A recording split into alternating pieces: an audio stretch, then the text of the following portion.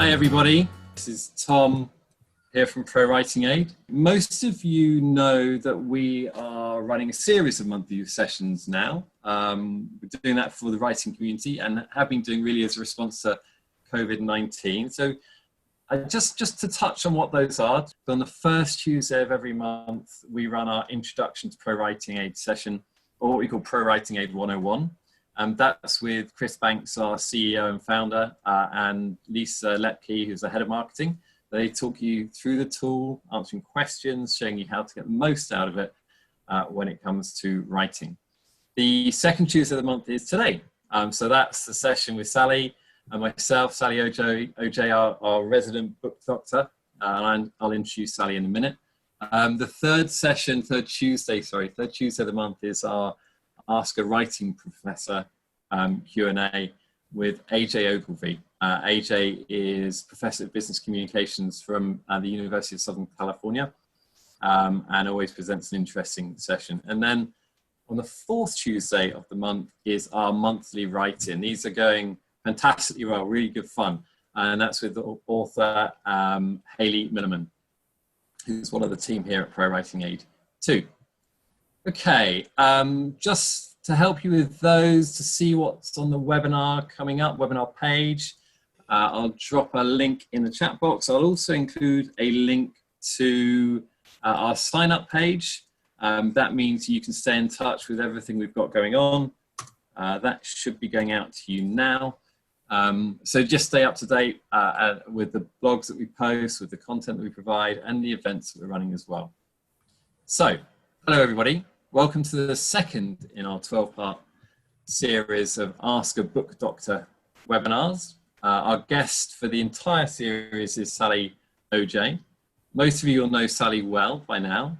She's our resident book doctor and has an impressive CV, having worked with a huge range of authors, including the likes of Sarah Waters and Viv Albertine, and many new authors too. What you may not know is how Sally sounds, because last month we had such terrible audio issues that you may not have been able to make out much of what she was saying. Fortunately, tonight we fixed those problems. I'm delighted that we were able to hear you loud and clear. Are you there, Sally? I am. And you know, we can always redo Show Don't Tell if people would like to, don't you think, at the end of the series? If yeah. Really couldn't hear. Yeah, absolutely. I think that'd be a great idea. Absolutely. So tonight, Sally, we're talking about characterization. Where do we begin by kind of unpicking characterization? It's a critical part of the writing process. Well, let's start with, what does it mean? What does characterization mean? It means making sure that your characters come to life on the page. And if you ask most people what they think is the most important thing about a book, they'd say the plot, and actually they would be right. But if you've got a plot with stick figures walking through it, it's not going to be doing the plot justice. Yeah. Well, readers relate, of course, to the people in the book. They relate to the characters. So they have got to be as three-dimensional as you can possibly get them. And that's what characterization means. So is it difficult to get right, firstly?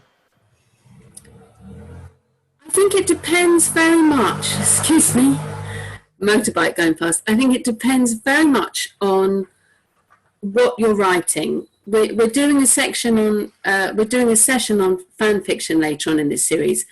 If you're novelizing your fan fiction, then characterization is almost bound to be a problem, and we can get into that when we do the fan fiction thing.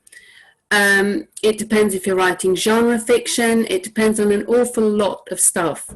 It is difficult to get right often in a first novel, because the first novel is very often a story that an author has been carrying around for a very long time. And these characters are so real to them in their head by the time they've come to put it down on paper, they might not realize that they're not getting them across as vividly as they can see them themselves. It can be difficult simply because no one's ever said to the author, your characters aren't really coming to life. So sometimes it's just a case of awareness. Okay, and I guess that with someone who's been carrying those characters around in their head for so long, with the ideas for this book burning away, then it's completely understandable they may not have that awareness again of how they really paint the picture for the audience and get them enthralled in the character. Okay, so when we talk characterization, Sally, are we referring to main characters? Are we referring to everybody in a story? Where do you draw the line? Who's it? You're specifically talking about your main, there's usually 4 or 5 main characters. But truthfully, the more you can bring even your bit players to life, if you think of TV series like, Grey's Anatomy or ER, even somebody who's just in the program for 10 or 15 minutes, you get a very vivid sense of them, and it helps to make the book richer. Now, of course, we don't need the life stories of somebody who delivers the mail in chapter 22, but it might be nice to know if he's grumpy because it's snowing, or it'd be nice to know that he's got little icicles on his moustache because it's so cold, or something like that, just to bring these people, just to infuse all your characters with warmth. That's what we're talking about. And you do that right from the beginning, because obviously at the beginning of the book is where we see the action and dialogue to get the book, to get readers enthralled from the beginning. So you should be introducing those elements early on before the readers start to build their own picture. Yeah, it's a difficult balance sometimes to get right, because obviously you don't want, Susan, 53, blonde-haired, 5'2", open the door. You don't want anything as crass as that. But you do want to make sure you get, not necessarily somebody's height, unless it's going to be important, but you do want to make sure you get an idea of a person, an idea of how they look, an idea of their age, an idea of their age. In the first chapter, if you can, because what you don't want to do is get to chapter 14 and find out that you've built a picture of this person who's, a rugged redhead with a bristling moustache, and he's 42, and it turns out he's a bit of a pipsqueak of a 20-year-old, with very dark features. So, you've got to, it's true that the reader will always build their own. I've had authors say to me often, no, I didn't give much description because readers always make up. This is true, they will. Yeah. You say this guy is 6'3" and he's got red hair and a beard, and a reader will still picture them like Woody Allen, if that's the idea that they've got. But subconsciously they are taking in what you're saying, so subconsciously they're not going to have a shock when you say on page 112 something relevant to their looks or their age or something. But so for you, Sally, as a book doctor, the number of manuscripts you see, when do the alarm bells start ringing? Because it must be a fine line between how much detail you include that is, is important, and how much actually is just, I guess, in your head about knowing the characters in your book. So where do the alarm bells start to ring when you see... Middle of the book. Because you suddenly, you don't expect it all to come together at first. It's all sorts of things are playing out. But truthfully, if it does all come together at first, you don't even notice. You just take that in and you carry that rich character with you through the book. But if I get to the middle of a plot and your heroine is has gone off on this search to try and find her dad, and I think, I don't really know anything. Why is she doing this? I'm not even sure, why was she so happy to see that? It's not about their story, it's about their character. So you've got to have a sense of, actually I didn't explain that very well, I'm sorry, I didn't give it. That's all right.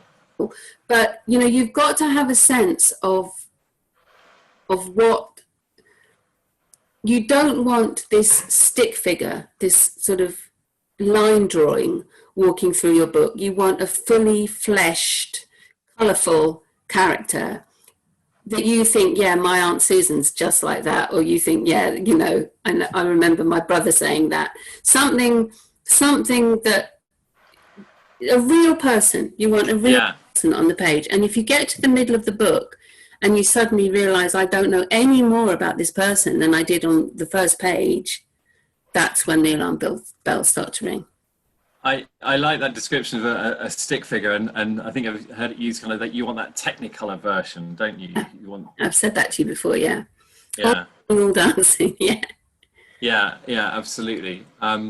So, and I guess it must be, it's difficult though, right, for an author who is so wrapped up in their story because they know it to possibly see it from a reader's perspective. So I guess must be a skill of a book doctor and a good editor, right? Being able to spot, okay, well, actually, we don't know enough about this character to make us, you know, interested in them or understand where they fit.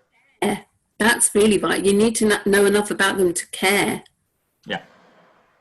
Otherwise, who cares about her finding her father? What, you know, big deal. So what are the steps, Al? What are the steps to perfecting characterization?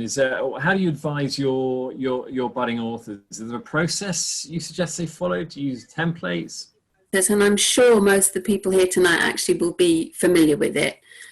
Nearly always, I will always ask an author, have you done this? And half the time they'll say, oh, I know I should have done, but I didn't. So it's something that nearly everyone is aware of. You need to, at the same time as you're planning your book, so at the same time that you're planning the structure of the book and all of that, you need to sit down, you need to spend a day or two on characterization, or 3, as long as it takes. And you need to sit down and write out at least a page on each character. Even the peripheral ones, if you can. And I don't just mean George is 25, he's blonde, he's got grey eyes, he's a bit overweight. I'm talking about much more in-depth stuff. And nearly all of this will not find its way into the book.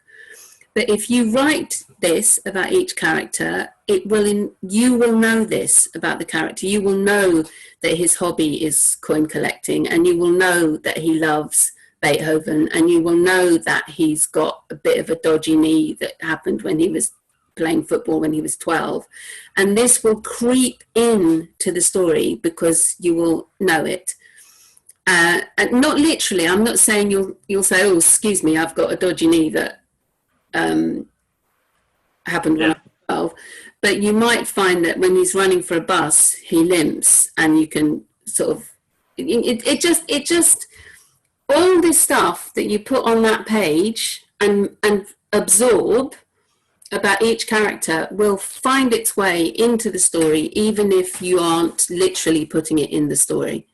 Okay, so we've got kind of the obvious things, the physical attributes, the backstory. It's just really kind of almost creating a miniature story or something about each person, right? So you've got that. Well, so there's the obvious things. There's the key characteristics, you know, the name, what do they look like, hair, eyes, all this kind of stuff. But, you know, you can go a lot deeper even with that. You can think about, you know, do they hear well? The key is to make each character individual, just like people that we know. If all the characters are basically the same, if all the characters are basically one big character sort of cut into 5, that's going to make the book much poorer. I don't mean poor quality, I mean less rich. Yeah. You know, think about things like, you know, is he a bit hard? Not the obvious person to be hard of hearing, I mean. Like maybe somebody had whooping cough when they were a child, or mumps or something. What about their complexion? Have they got acne? Have they got good skin? Are they bothered about it? What about the colour of their skin? You know, diversity is important. Body type. Are they tall? Are they small? If they are tall, do they carry that, or do they slouch a bit to hide it? And then you've got the vital facts, things like where are they? Obviously, how old are they? The then you can take them that further as well. It's really good to know somebody's birthday, because they somehow creep into the book. Obvious things that people don't really think about often. Are they gay? Are they straight? What's their heritage? Are they rich? Are they poor? You know, what do they do for a living? And then you get into the much more deep tissue stuff. Are they honest? Are they moral? Are they generous? Are they kind? Are they empathetic? Do they listen when other people are speaking, or do they just want to get their own point across? Are they arrogant? Are they self-deprecating? Are they passive-aggressive? That's always a very interesting one to put into the story. You know, what are their hobbies? You know, things like that. And, you know, lifestyle stuff. Are they religious? Do they have a sense of humour? And then you get into, you know, how do they talk? You know, I often say to people, you know, all the characters sound the same, and sometimes people solve this problem by, you know, having somebody with a Scottish accent and another person, you know, and that is actually one way of solving it. But another way is to just listen to people when they talk and make sure that people have got their own voice. You want to look at a page and take the names off the page and think, that's George speaking, that's Caroline speaking. And that's easier said than it sounds, actually. Easier done than it sounds, I should say, sorry. Because if you start listening to, you know, somebody will always say, no, I mean, at the end of a sentence. Of course, you can't do that over and over again. That would assault the eyes. But, you know what I mean? Yeah. Somebody else might have a bit of a talk in the way that is if they come from Ireland or something. So, yeah, so there are... infuses the characters with life. Yeah, so there are traits that you can introduce through dialogue as well as through description. But making these character lists is so important. And as I said, I hear so many people say to me, oh, I know I should have done, but I haven't. Well, you should have done. Yeah. It shows that you didn't.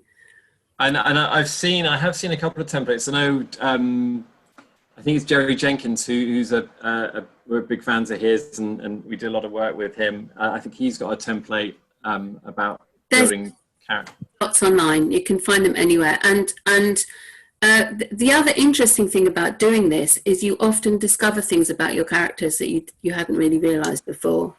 So it's a real gift in that way as well. I like that. Okay, so it's actually a good way. Yeah, so it's an important discipline from many points of view. Yeah, and do you find? I mean, but it's a skill, right? So I mean, I think again, you know, we've got a big bunch of authors with us tonight. Great to have everyone here. But I guess for those who are newcomers, maybe working on their first book, it is something that gets easier over time, or you get better at spotting whether you've got it right. You know what I mean? I think because it's a balance, isn't it? Like, you know, you've heard of the Rumsfeld box, I think it's called, is it? Yeah. You know, unconsciously incompetent, consciously incompetent, consciously, you know. Yeah. So I think it does get easier over time. Somebody put up a Rumsfeld box. Look up Rumsfeld box afterwards. You see what I'm trying to say.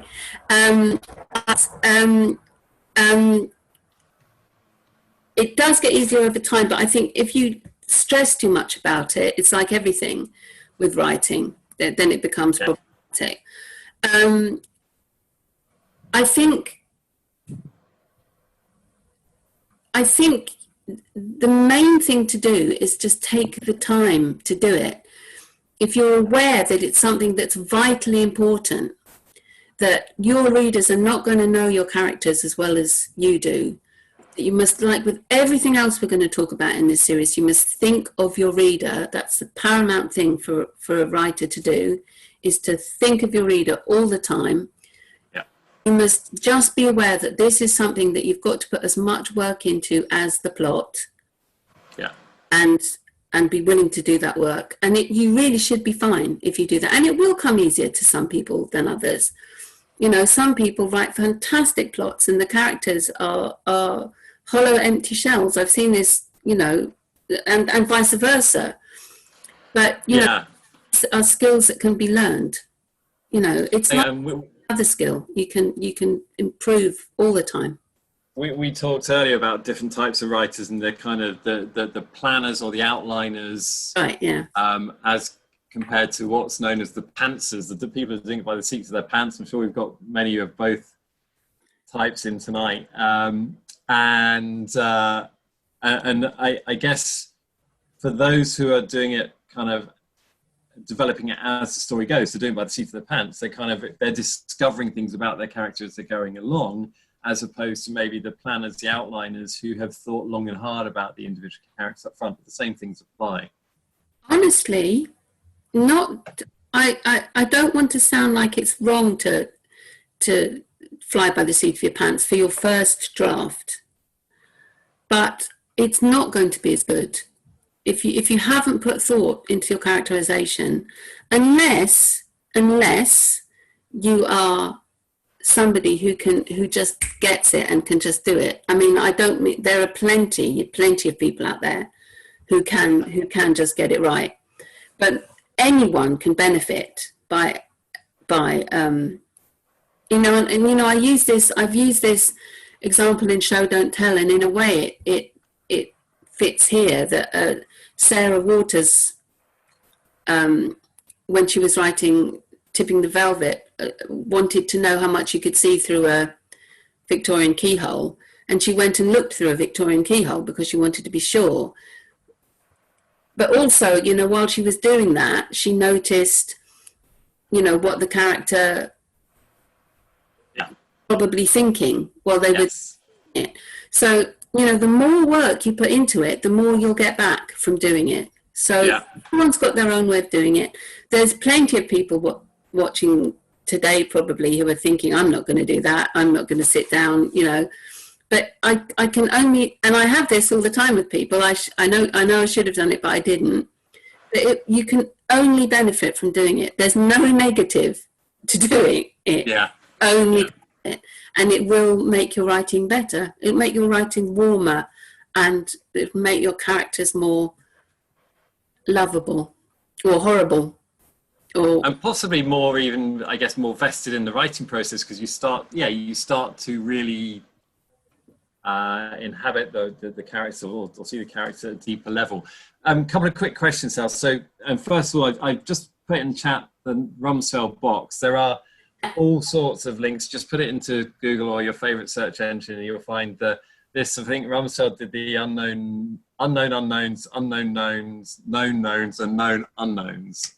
Was the version that he was famous for, of course. Eileen's asked whether, if a writer is a pantser, so if a writer is someone who's doing it kind of, you know, on the fly, can the profile be made before the second draft? Absolutely. Some people feel much more comfortable with just letting the whole first draft flow out. They don't want to get, you know, caught up in anything. They just want to let this happen. Yes, absolutely, it can be made after the first draft, but not later than that. Yeah, okay. And we've got a couple more questions actually coming in, Sal, so I'm just going to ping these over if you don't mind. So, sorry, I was figuring out the name. Mary Grace, I think Mary Grace. Is it all right to add more characteristics or quirks to your character as you write? I've discovered that sometimes the characters surprise me. Of course, but then what you're going to have to do is go back and read from the beginning again, because if I'm being really, you know, giving a very crude example, but if you've given Uncle Timothy a limp halfway through the book, and I know that's not what you're talking about, you've got to make sure that he's still got it at the beginning of the book, unless it, you know what I mean, unless it happens. So of course, the characters will start to develop as you write, but you must make sure that remains consistent throughout the story.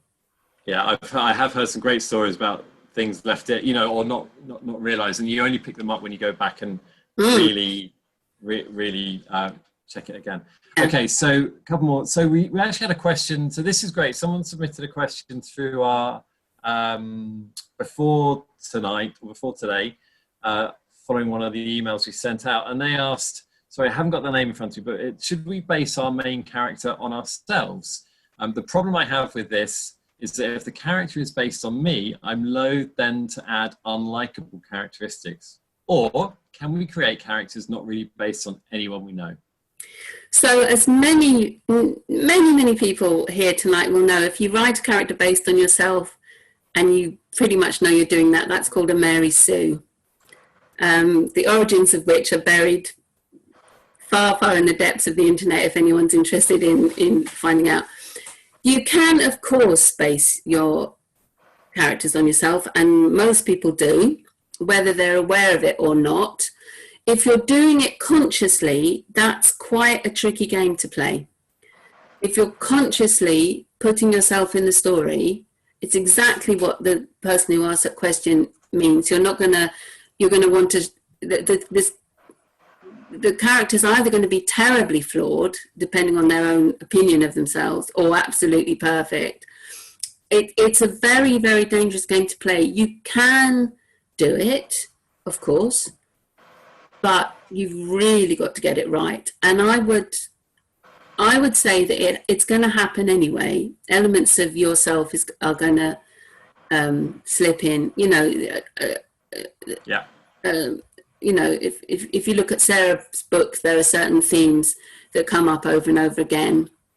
Most of those are reflective of things that's happened in her life, and not just the obvious things.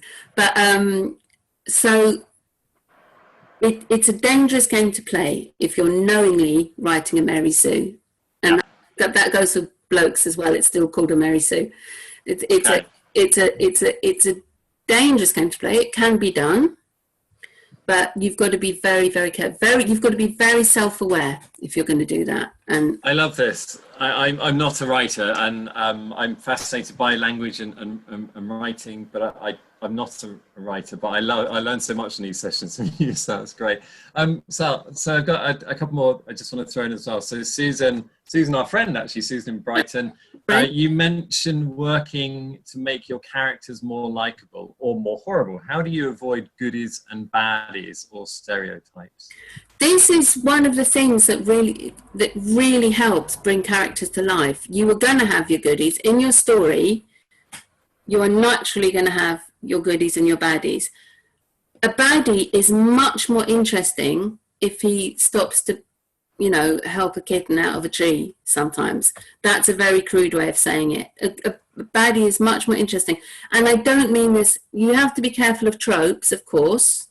Yeah. There is a trope of, especially with animals, actually, baddies who are nice to animals. But a baddie is much more interesting if he's not completely bad. Your perfect protagonist is going to be much more interesting if he or she gets things wrong sometimes. And I don't mean the girl with the fiery temper or the man who's too stubborn for his own good. I don't mean these tropes. And of course you can do that, but it's much more interesting if, actually your perfect protagonist is a bit selfish, really, and the reader can see that. And if the character grows through the book and stops being like that, or at least acknowledges it or recognizes it in themselves, or gets told it by somebody, that's interesting. That's a three-dimensional character. So you don't want somebody who's all good. You don't even want somebody who's all bad, unless you are writing about a serial killer or something, and then we're talking about genre fiction. Genre fiction, what almost every genre, the readers come expecting your cast of characters, literally the cast of characters that you are writing. If you're writing fantasy, they are expecting literally your cast of characters. If you're writing historical fiction, they know exactly what they're expecting. And your challenge then is to bring something fresh to those characters, is to bring something new and different, and not allow yourself to just go with every trope that there is, but to push and pull and squeeze against those. So it makes characterization even more pivotal, even more of a priority for to get it right. The interesting one with, say, fantasy, You know, people know exactly what they expect from a fantasy novel, and they want it. They don't want you to get all clever on them. So the challenge is then to bring a freshness and to bring something different whilst sticking to this expected template. It's like, to go tiny bit off topic just for a second, it's like with historical dialogue, readers of historical fiction expect historical dialogue. You know, they don't want it to be too authentic, because who can understand that? They don't want people saying, you know, that's absolutely fantastic, it's amazing, you know, blew my mind. They want historical dialogue. They want to think it's, and it's the same with characterization within genre fiction. They want a certain thing, but it's your job as a good writer to bring freshness and interest and excitement to that. Yeah, okay, and that's interesting. Nishta, apologies if I haven't pronounced your name correctly, Nishta. She's asked, actually, as we're talking about the goods and bads of a character, how does this being grey develop throughout the book? And what if the development is not as per the reader's expectations? So if you're, I guess it's your story to tell. Your point is about keeping the reader interested, but you should never be necessarily following a preconceived idea of what your character does or is. I don't want grey. Yeah. You know, there is black and there is white, and the person asking the question is exactly right. You don't want grey. Nobody wants grey. So what you want is a blend of colours, but not sort of green and red that makes brown. You want to see the green and the red. Yeah. So an interesting one here, Sal. It's like, I guess it is to do with characters. So Eileen's asked, how many main characters, Max? So and bit players who are not terribly minor. So she's writing a trilogy. So is there a kind of rule of thumb here, or? The first rule of thumb, if you've got a cast of thousands, is you've got to give your reader space to absorb each character. If you hurl a handful of characters at them in every chapter, they're not going to remember who they are. And there are various ways of doing this. You can give them nicknames, you can give them a physical characteristic, a scar or a beard or something like that. You can give them an unusual name. There are various ways. It's called anchoring or tethering. But if in such a long trilogy, you've got to be, so you've got to stick with your main, I would say 5. I mean, there's no rules about this. Just think of yourself as a reader and think of your reader. You know, how many people can you absorb and keep in mind and remember? And as long as the peripheral characters are sort of drip fed gently, by which I don't mean one every 300 pages, I just mean give us a chance to get a handle on. Think of Dickens. Yeah.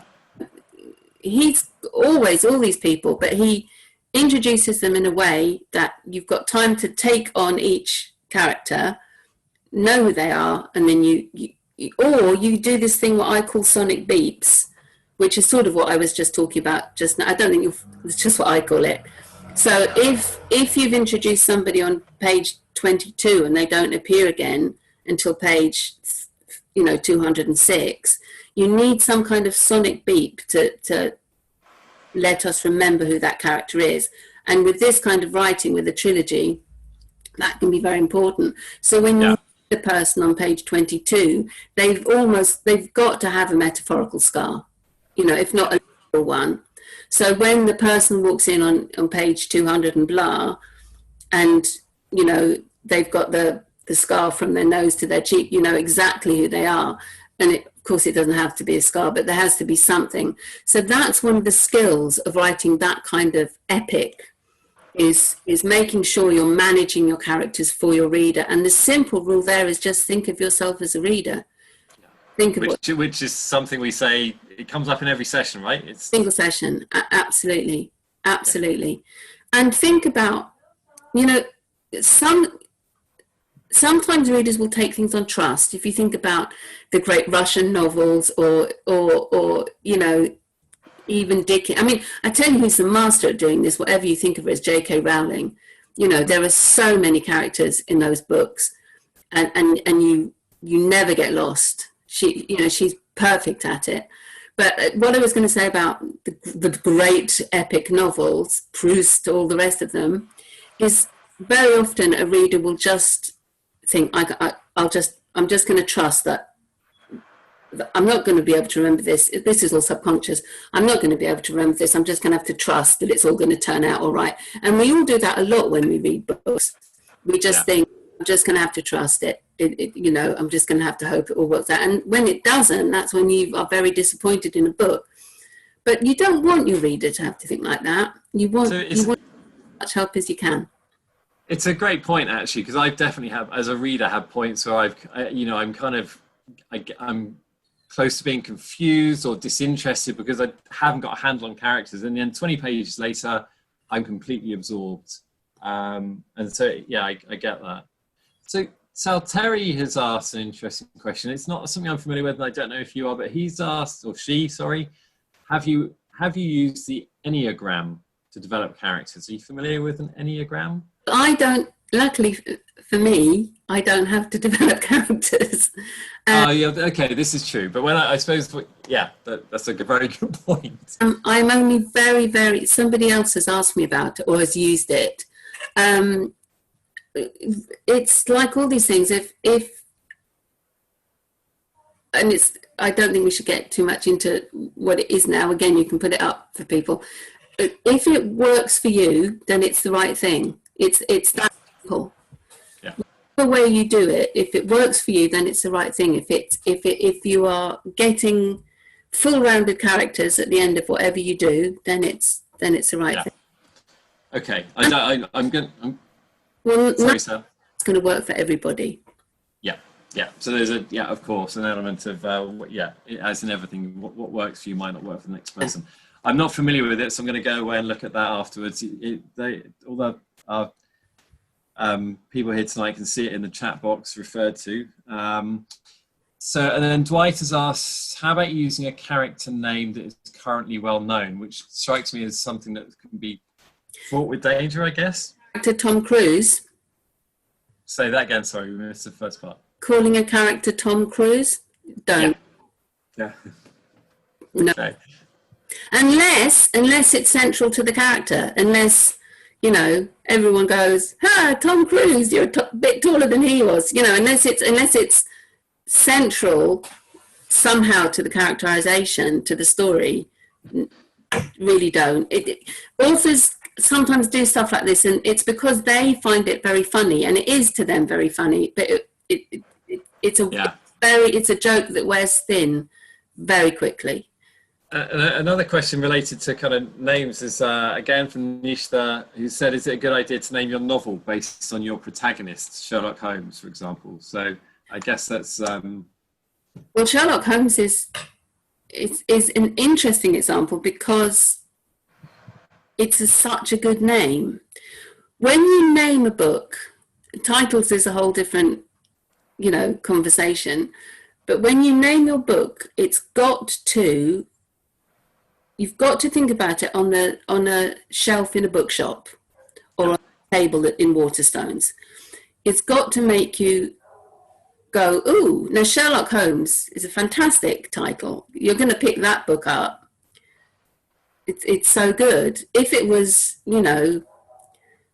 Sally Jones, you're not necessarily going to pick that up, except if you do, you're going to be expecting a chick flick. Not a chick flick, a chick lit. Yeah. And that is the thing about titles. People do judge books by their titles, absolutely. And therefore you need a title that is going to say something about the book that they pick up, or more importantly, is not going to lead them down the wrong path. Because it can literally be the difference between them picking a book up or not picking a book up. So if your character is called Ebenezer Scrooge, go for it. If your character is called, John Robertson, I don't know. I mean, it is difficult. It's about you know, I worked on a book once that did get published. It was a great book, which was initially called The Bitter Trade of Calumny Spinks. The character was called Calumny Spinks, and I thought that was a wonderful title. And actually, in the end, he dropped. It was just called The Bitter Trade, and to me that sounded like a sort of historical romance novel, whereas The Bitter Trade of Calumny Spinks was a completely different thing, and I would have picked that up off the shelf. Like, yeah, I think I would have. You know, so interesting. To think about what you're doing with your title, that's the main thing. Don't just fall in love with your character's name and think, I'm going to call the book this. If it works, go for it. But you've got to really think. There's a whole set of rules about titles that you have to think. I was going to say, I'm sure we could do a session just on titles alone. A couple of quick questions. Time's moving on, so I want to get a few more questions in, Sally, before we draw to a close. Quite an interesting one, this. Natalie has asked, what if you have to introduce more than 5 characters at once? Is there a good way of doing that? I mean, is that something, again, I guess it's down to thinking from the reader's perspective, not wanting to overload them or confuse them. Is that an important point? It comes back, you can. It's not ideal at the beginning, especially at the beginning of a book. But then actually, I say that, everyone here could probably throw the titles of 6 books at me that do that. So it's just a case of doing it, giving the reader that breathing space. So first we meet, you know, Dad, and then a few paragraphs on we meet the daughter, and then a few paragraphs on we meet the mother. And in those paragraphs, we've had time to get a sense of them and a sense of who they are. And no, it can be done, and it can actually be done very well. But you do have to just think of the reader, give enough space in between each character for them to be absorbed.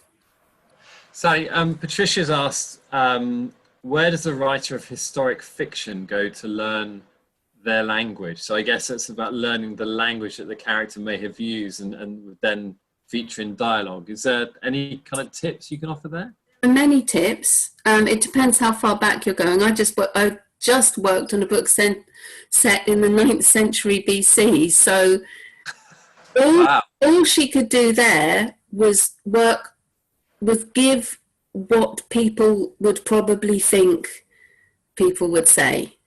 So they weren't, you know, it was actually, you know, there were lots of actually very sophisticated civilizations at that time, and she was writing about one of them. But, you know, you don't want them saying, that's fantastic. You don't want them saying, you know, the game's up. So you need to sort of, if you can study your period, if there are books written in that time, read them and get a sense of the language. It might be difficult. If you're going further back, you are really going to have to think about what your reader will expect. You're going to take what you know because you will have done your research because you're writing an historical novel. So you're going to have to really, you want to get, the danger is dropping stuff in that's anachronistic. That's what you've got to be really careful of. And you have to keep in mind what people in historical novels would not know. And there's so much, the further back you go, there's so much people won't know. Take away the internet, take away television, take away newspapers, take away books. You know, the worlds get smaller and smaller and smaller and smaller the further back they go. So it's thinking about things like that, which is as important. But if you look at Hilary Mantel, for example. Oh, I was just going to say her, one of my favourites. So, you know, that's not how people spoke in Tudor times. I know. And if you did write how people spoke in Tudor times, no one would read the book. It would be impossible. But it's what we sort of think people spoke like then. And the same, if anyone here knows Mary Renault, who wrote fantastic fiction about the ancient Greeks. Of course, it's absolutely nothing like what they would have spoken, but it's our idea. So that's what you've got to aim for. That's what you've got to try and do. And if you've done your research and steeped yourself in the era it shouldn't be too difficult, actually. And if you're lucky, if you're writing about 1945, there's all sorts of films made in 1945 that you can watch. There are books written in 1945 that you can read. Watch them, read them. That's going to help you tremendously. Yeah, yeah, great, fantastic. So a couple more minutes. So just if anyone else got any questions they want me to put to Sally, do let me know. And then anything else, Sally, from your point of view, in terms of kind of things that you've learned in your time as a book doctor that, you know, critical tips or last thoughts on what people should be doing? Well, you're asking me, aren't you? What people need to be doing is making sure you've got separate characters, individual characters. That's really important. You don't want, I've said this before tonight, but it's really important. You don't want the same character or the same two characters sort of cut into cookie cutter people. You want individuals. And you want to have characters that your reader will engage with. And I'm only repeating myself because those are the two. And remember, this is really the crucial thing. Remember that, yes, the plot is probably the most important thing. But if we're saying the plot is that important thing by the power of 100, the characterization is an important thing by the power of 98. You know, it's absolutely crucial. Because however good your story is, you know, if we hadn't cared about Harry Potter. Yeah, fantastic. Okay, so thanks ever so much for that. Been really great catching up with you once again, as ever. I'm so glad we got the sound issues sorted. It's great to hear you clearly. And I look forward to next month when we will be talking, I think, let me have a quick look, about pacing and structure.